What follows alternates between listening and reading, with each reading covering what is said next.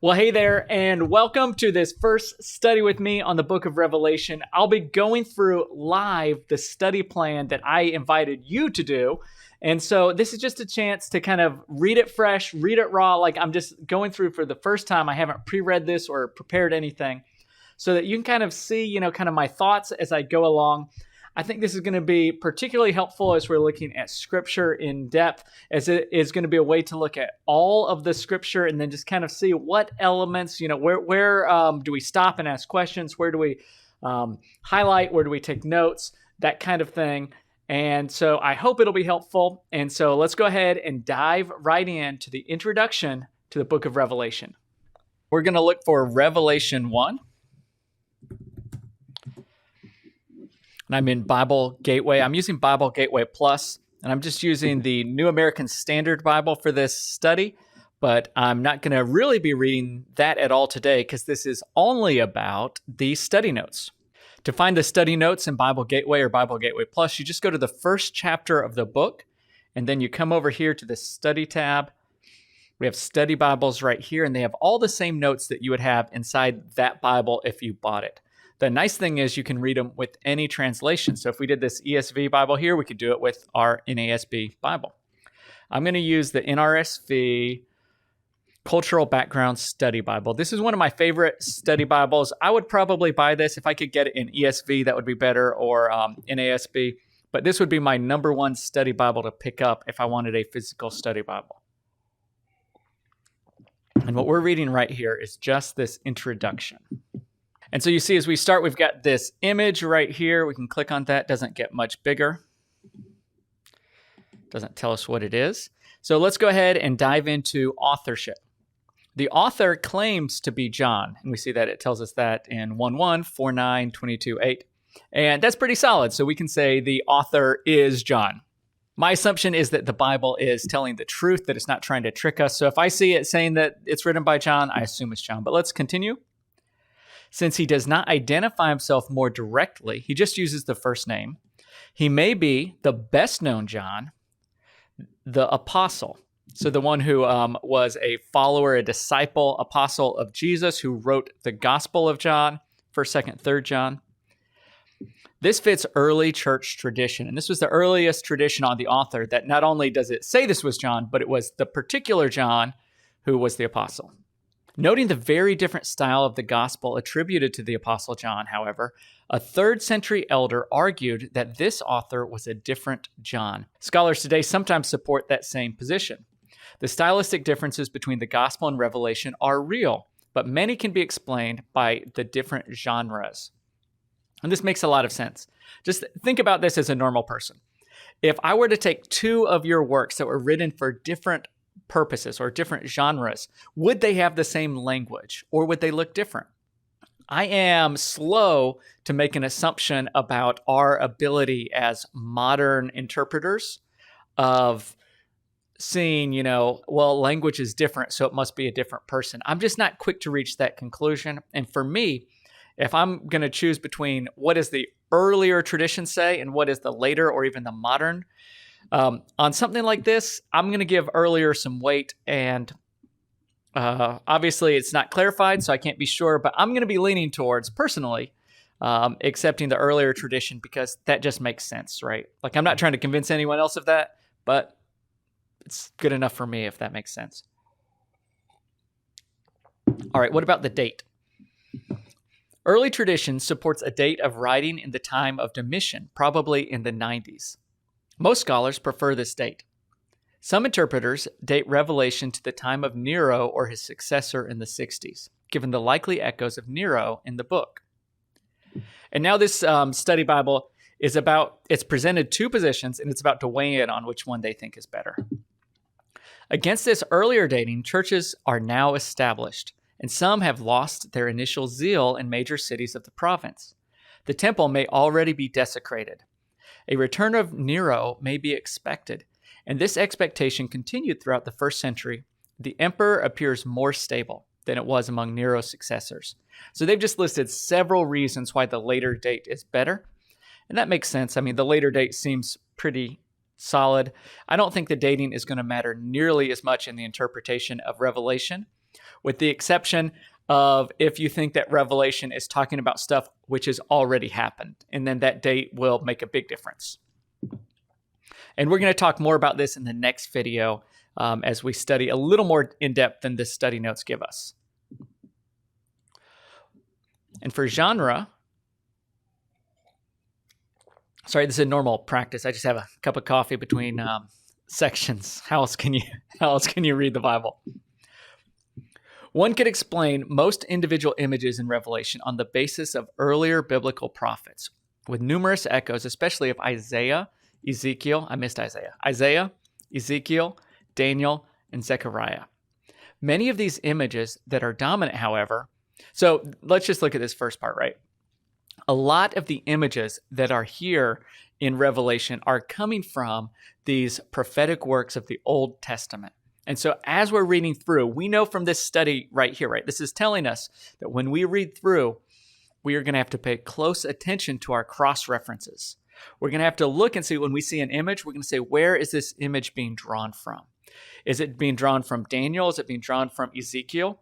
And to understand what the author is meaning, what John is meaning, and to understand the meaning of this kind of imagery, we're going to want to look back at where the imagery was drawn from. Because that is what the author of the book, that is what the readers of the book would have had in their mind. So for us to understand more fully, we know right now we're going to have to keep a close eye on cross-references because that's going to help us identify these images, where they're coming from. And now the study notes are going to shift away from this to something slightly different.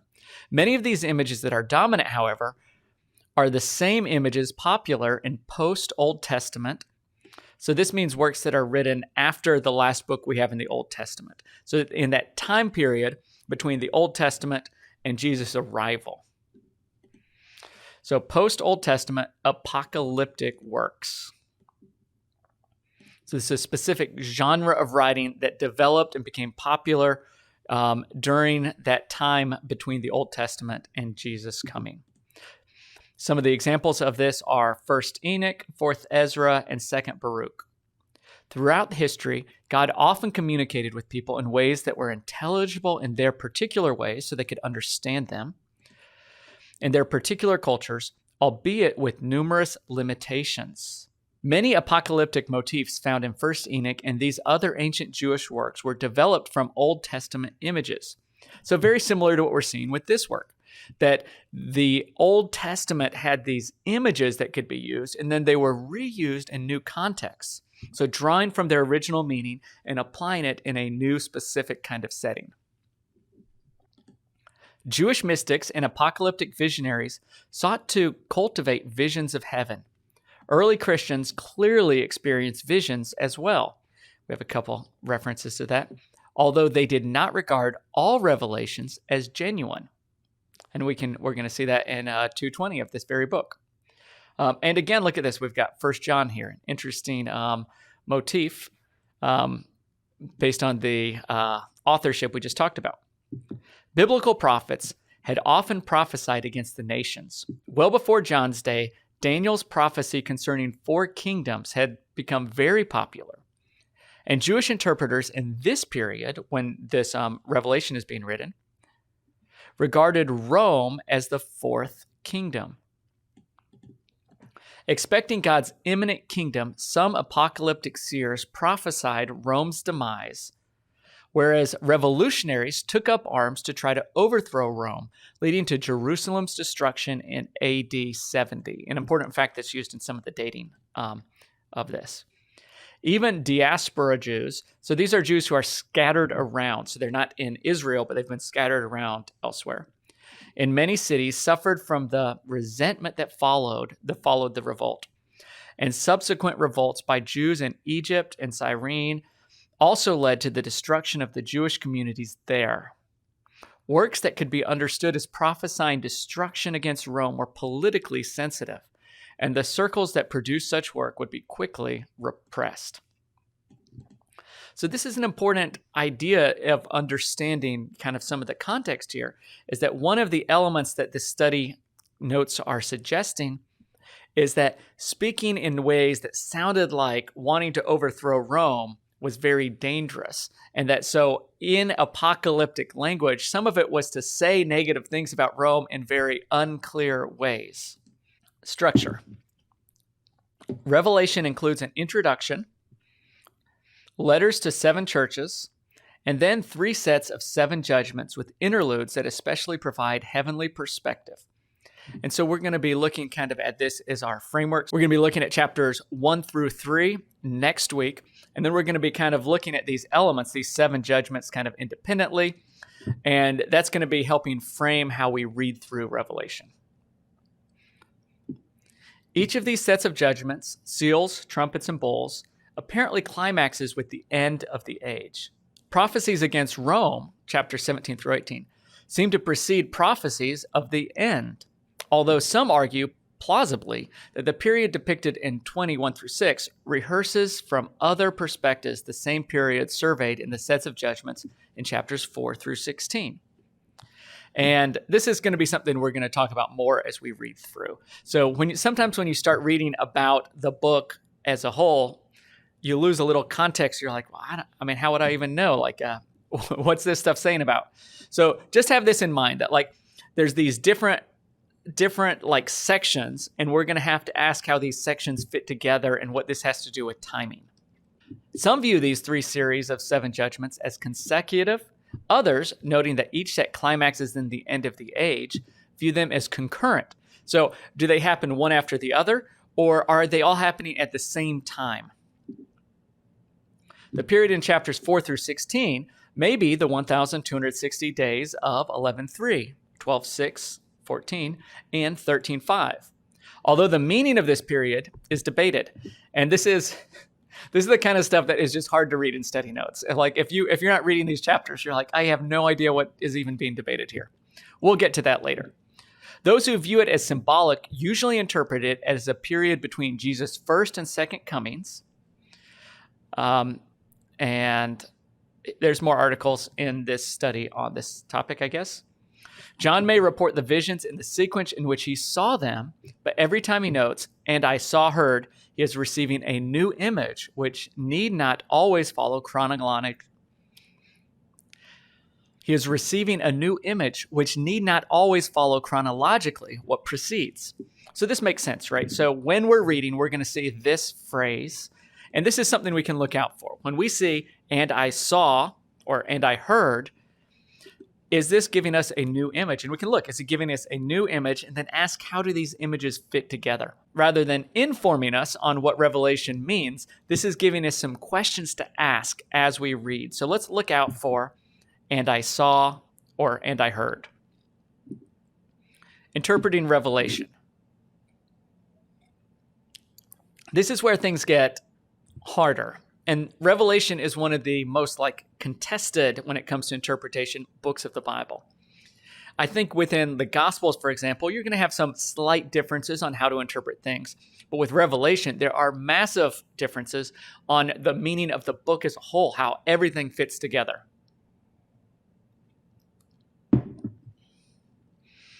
Our study that we're going to be doing, so kind of our Friday where you've read through everything and then I share kind of a perspective, is based on a book that brings 4 perspectives. So instead of just saying this is the interpretation, I'm going to share 4 interpretations throughout. And so we have 4 here. And let's go ahead and just in this study notes, read through these general interpretive lenses for viewing Revelation. First, the idealist approach finds timeless principles in the book of Revelation, though it often ignores specific applicability to the first century situations. So the idealist approach is, as it's saying very quickly here, is about looking at principles that are found in Revelation. And then a critique that these study notes are giving, and it's a pretty subtle critique, so you may not pick up that it's being critical, is that it ignores specific applicability to first century. So it may apply to us, but what does it have to do with the actual meaning of the letter that was being written in the context that it was written? Second, the historicist approach argues that Revelation provides a detailed map of history from its own day until Jesus' future return. The connections, however, do not fit very well. Again, a little critical, right? This was one of the most popular approaches in church history, especially the 19th century, but it is not very popular today. Third, the preterist approach understands Revelation in its first century setting. The most thoroughgoing preterists, however, apply it to only the first century, ignoring any future prophecies. Yet a first century audience familiar with apocalyptic literature would likely have understood at least some of Revelation as pointing to the future. Ancient apocalyptic literature often did address the future, sometimes partly and sometimes in great detail.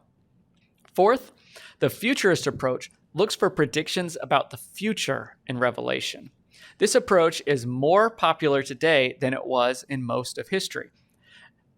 The most thoroughgoing futurists, however, often ignore ways in which the message was contextualized for its original first century audiences. And so these study notes have found a way of pointing out a problem of each viewpoint, right? And so what would this study note suggest? Maybe that if you're hold too closely to any one of these interpretations, that you might have it wrong, because all of these seem to be getting things wrong in slightly different ways. So just by reading these study notes, you would think that maybe what you want to do is be sure to contextualize Revelation for the audiences while looking ahead to future interpretations. And so there would be elements of the preterist view and the futurist view that the author of these study notes seems to be suggesting. Maybe even some of this idealist approach, and possibly that there are some ways the historicist approach could be true. And so it's not telling us which one is true. It is telling us shortcomings of all of them, though, right? Many scholars, presumably this one, prefer eclectic approach, starting with the first century application, like preterists, looking for the enduring principles, like idealists, and recognizing some future elements, like futurists. How much of the book relates specifically to the past, beyond the passages such as 2 through 3, 12:5, and how much specifically the future, such as 20 through 22, basically, remains a matter of debate. Prophecy miscalculations have littered history. And this is one of the things that has really turned me off to Revelation, I think. So, prophecy miscalculations have littered history. Here's some examples. For example, St. Martin of Tours was certain that the final Antichrist was already alive back in 397. Others predicted the Antichrist coming for the year 1000, 1184. How do we say that? 1184? 1186, 1229, 1345, 1385, and so forth.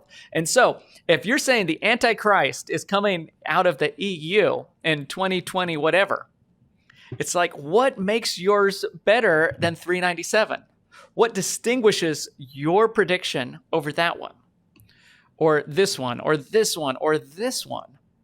The only thing is you haven't had a chance for it to be proven wrong. Maybe it will be right, but I'm not going to have certainty with all of these inaccurate guesses that today's guesses are so accurate.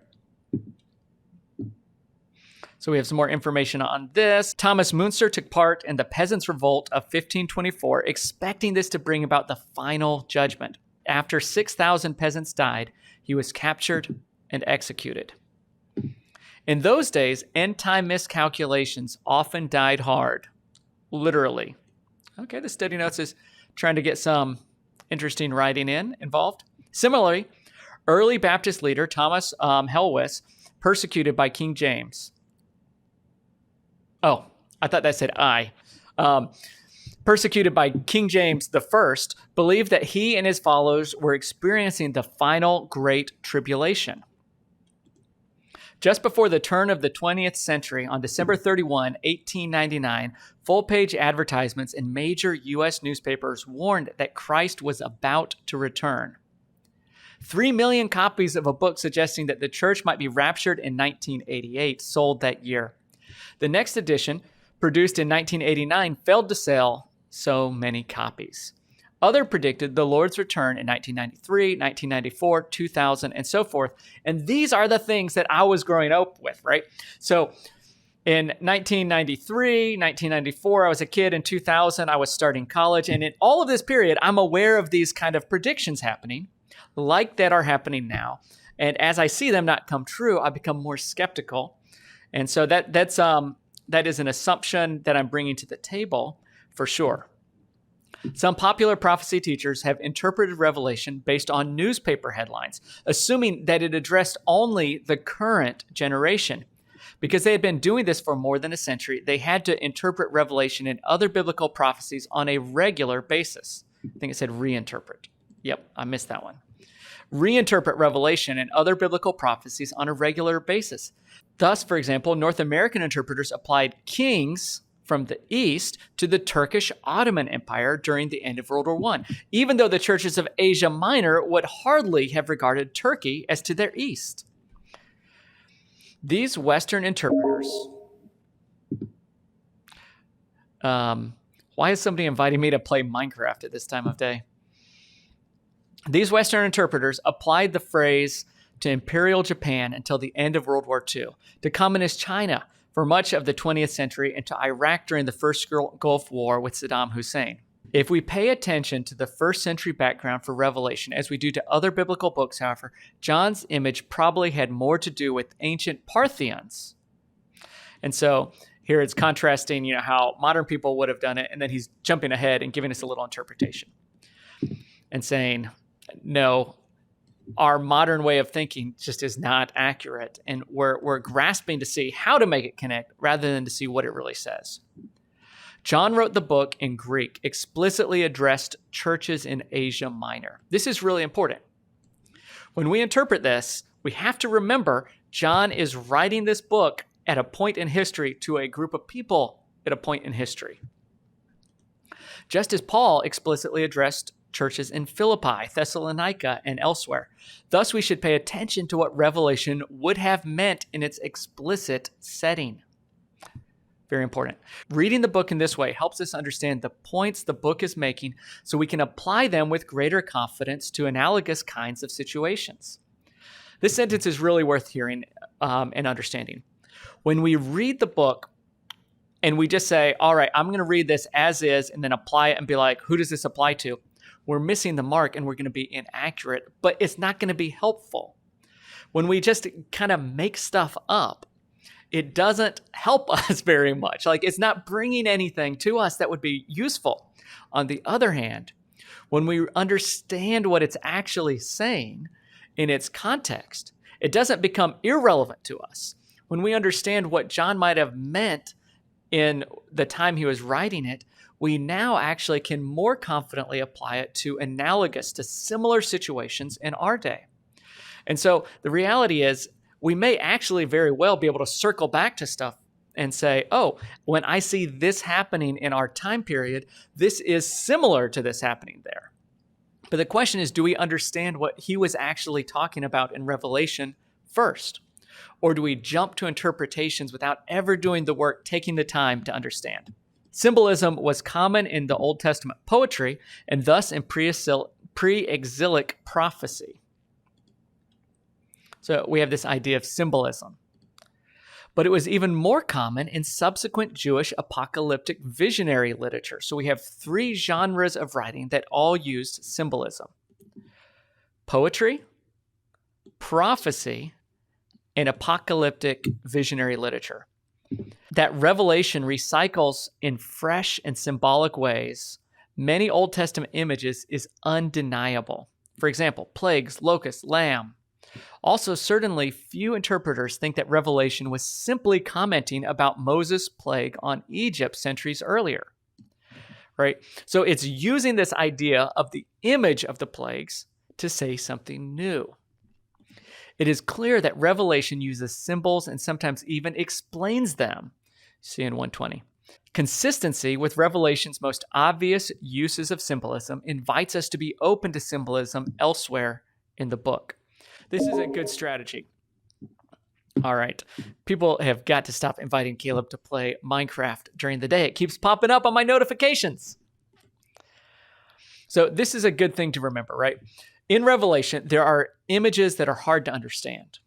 So what you want to do is be consistent with the obvious symbols. So if there's 10 symbols there and one of them is obvious, start there and try to understand that. If you see that appearing throughout the book, now you have something to be consistent with. But as you are looking at the ones you know, that will give you better methodology, better practices, better ways to understand the ones that are unclear. As often in antiquity, Revelation also appears to use some symbolic numbers, even 7 being a particular favorite. So we're going to see 7 in here. That can be something that we look at as well as we study through how are the numbers being used here. Setting. Domitian was likely the emperor during the time that Revelation was written. And obviously we just read about that in the date section. Domitian expelled astrologers from Rome, so he's getting rid of astrologers, and also repressed monotheists there. So people who believed in just one God, particularly Israel, are seen as being a problem, such as Jews and Christians. His example would have allowed those governors who so desired to take similar actions in provinces. Like the earlier emperors, Caligula and Nero, Domitian wanted to be worshipped while alive. So his problem with all of these people is that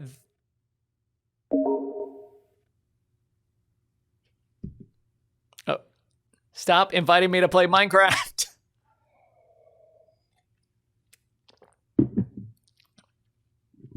His problem with these monotheist religions is that not that they had other gods, but that they didn't worship him too. He wanted to be the top god. He didn't have room for them to have only one god, which wasn't him. Reportedly with the title Lord and God. So this is the title he wanted people to call him. No one took down names of people absent from public festivals, but if Christians were accused of subversion, their loyalty would be tested by a demand of worship to Caesar. So if somebody says, oh, these people are Christians, they are not following Rome, then they would have to worship Caesar in some ways. Possibly, and we're going to see this, right? When we get into Revelation, we're going to see echoes of these same things, of worshiping a false god. Possibly some members of synagogues in Smyrna and Philadelphia expelled Jewish believers and additionally slandered them to Roman authorities as subversive. In the early 2nd century, synagogue members in Smyrna reportedly favored harsh treatment for the bishop of Smyrna. In the early 2nd century, a governor ordered those Christians brought before him to offer incense to the emperor's image. Those who refused were executed. Such policies, not instituted under Trajan, the emperor at the time, may have started earlier in the time of Domitian. Most churches, however, were not facing persecution. Apparently, Ephesus, Thyatira, Sardis, and Laodicea. Their temptation, by contrast, was to compromise with the same world systems that were killing their brothers and sisters elsewhere. All right.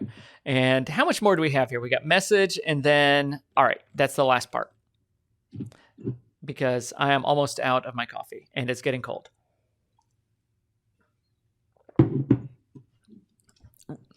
Revelation contrasts Babylon, the prostitute. Sorry if I'm going to use some spicy language in Revelation. There may be no way around that. Which ultimately embodies the spirit of this age with New Jerusalem, the bride. It's a very contrasting image, isn't it?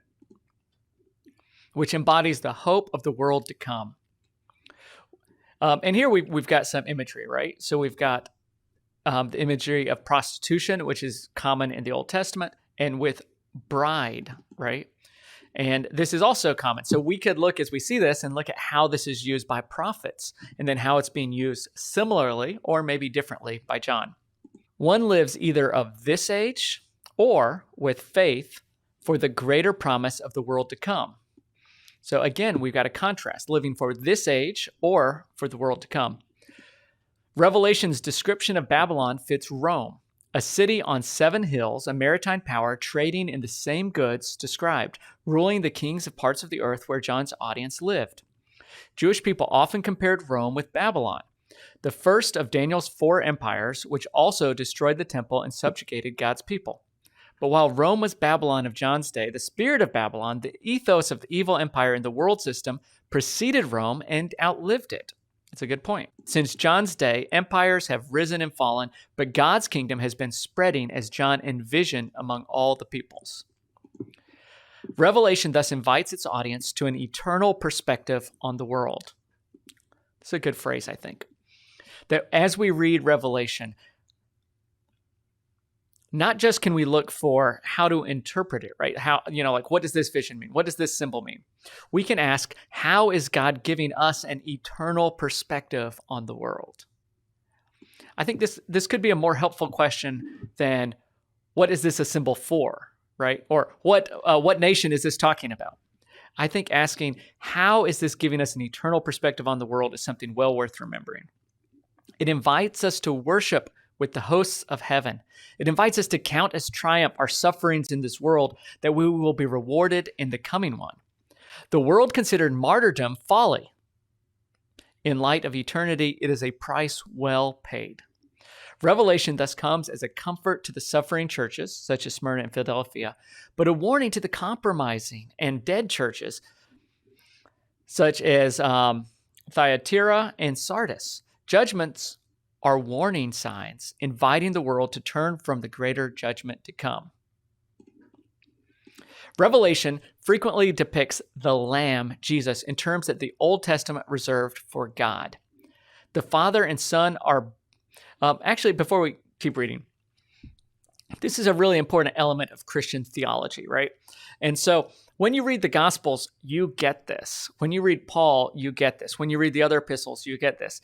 But there's something profound that Revelation does that I think we forget, because we don't really think of Revelation in terms of the impact on the theology of early Christians. But the idea of the Trinity and the idea that Jesus was God is a very distinct and different theological position than what you would have in Judaism. And Revelation was very formative and very important. And what God revealed in this book and how it was received by the church made a significant difference in this theological component. And so as we see this element here, right, that Revelation is frequently depicting Jesus, the Lamb, in terms that the Old Testament reserved for God, we are seeing something that is much bigger impact when Revelation was written than it might be to us today, because we're living with what that foundation has created, right? That Revelation and the rest of the New Testament changed how we saw God, and that Christian theology looks at God totally different than Jewish theology. And this was a turning point, a big element in that shift, is that God has revealed himself in Revelation in a way that clarifies in the minds of believers the relationship between Jesus and God. The Father and the Son are the book's central figures, and they constitute the foundation for hope throughout the book. The world is clearly in worse condition than it acknowledges, but those who trust Christ's sacrifice for them have the promise of life forever in a restored creation. All right. Well, that is our introduction. Thank you for studying with me. I hope this was helpful to you to see it. This is just kind of me reading through. Starting next week, we're going to be in the book itself. So I'm going to be over here reading through. I'm going to be taking notes, highlighting whatever is involved. But for this week, we're all about the introductions. And so in the next video I released, I'm going to share a slightly more produced, I'm not just going to be reading it through like I am like this, video with some information on Revelation that's diving in a little deeper than these study notes take us, and that focuses on particularly the genre of Revelation and then the 4 points of view. And so we got introduced to them here, with the, right here with the idealist, historicist, preterist, and futurist. So we're going to be looking at these different viewpoints and introducing the book. In the next video, look forward to seeing you for that one. And then next week, we're diving in to Revelation 1 through 3. God bless.